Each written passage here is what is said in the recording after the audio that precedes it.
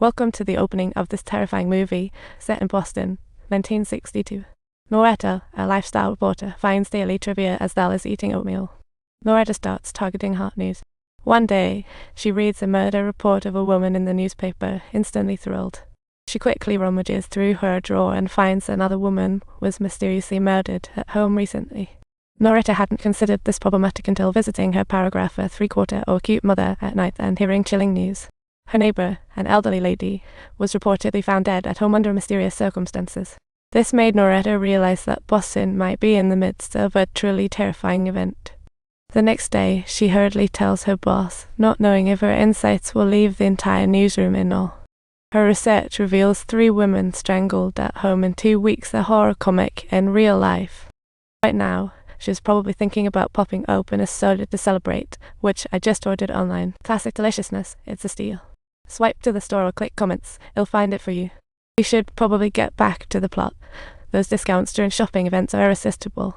But surprisingly, the boss responds that such news is hardly newsworthy because these women are just like today's trending in the societal context of the time. No one truly concerned themselves with the fates of those 3 ordinary women, and in light of this reality, Noretta resolutely embarks on a quest to find a crucial witness in order to establish the similarities between these 3 murders. According to the witness, the killer's modus operandi is as twisted as a love-struck couple tackling a jigsaw puzzle. When she discovered the victim, the body lay splayed on the floor like it was posing for a horror movie, spine-chilling. What's even more bizarre is that the victim's ankles were tied to a chair, making the killer seem like a twisted psychology major. Noretta rushes into the police station to confirm if the other victims next flaunted similar jealous boys. But the cops refuse to spill any details, leaving her no choice but to interview a beat cop.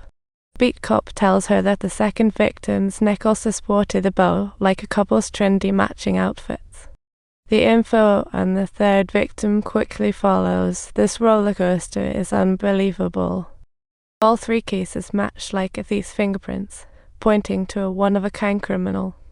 So armed with this evidence, Noretta rushes to report about the recent murders, causing an immediate public panic. Ironically, it's not that people cared about the 3 deceased women, but rather worried they'd be cast in the next horror flick. The police station's phone lines are overwhelmed by women and raw survival instinct. The chief and the newspaper head discuss a case that seems to advance daily but still hits dead ends. They assure the newspaper head that the 3 victims have no connections, claiming anything about the boys is just a wild tale. Is the chief hiding something? Or is Noretta's evidence just smoke and mirrors? Either way, the real question seems moot. Ultimately, the boss informs Noretta that they won't cover this case anymore, deflating her drive for the truth. The scene shifts to a lonely old man preparing for a bath, when suddenly there's a knock at the door. He cautiously opens the door and gets ambushed by a mysterious figure, turning the whole scene into a horror flick. With another strangulation occurring, the previously reluctant newspaper head decides to keep the investigation rolling. This time she gets a partner named Jenny, who's an experienced investigative reporter, talk about a power duo. Additionally, Noretta's research uncovers that the 4th victim's cousin is named Sullivan, raising all sorts of red flags. Since the police are tight-lipped about Sullivan's contact info, the duo has to get clever. Jenny pulls out a hefty phone book, gearing up to contact every single Sullivan in town. With any luck, they might just find him, and good things come to those who hustle. Jenny quickly finds the eyewitness via phone, confirming that the 4th victim also wore a bow on her neck. Once the report goes live, the next day the police station is swarmed by media anxious to catch a scoop. Everyone is buzzing to find out if Noretta's claims about the 4 murders are fact or fiction. When faced with the media's questions, the chief dodges the inquiries, only promising that they will catch the killer. But it gets better. Right after the chief's assurance, another murder happens that very afternoon. The victim turns out to be another unfortunate elderly woman, and shocker, she too was strangled. And the killer vanished like a ghost, leaving no trace behind her, just pure Houdini magic. Within just 3 months, there's already a 5th victim. What in the world is going on?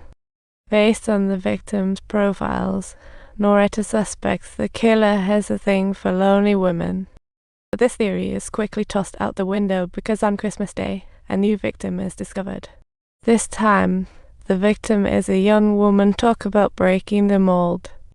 Jenny learns from the dead girl's neighbor that a mysterious man claimed to be a painter knocking at her door. The neighbor initially didn't give it much thought, but surprisingly, the man posed her a question that sent shivers down her spine, asking if she would like to become a model. Creepy vibes permeating the air all around.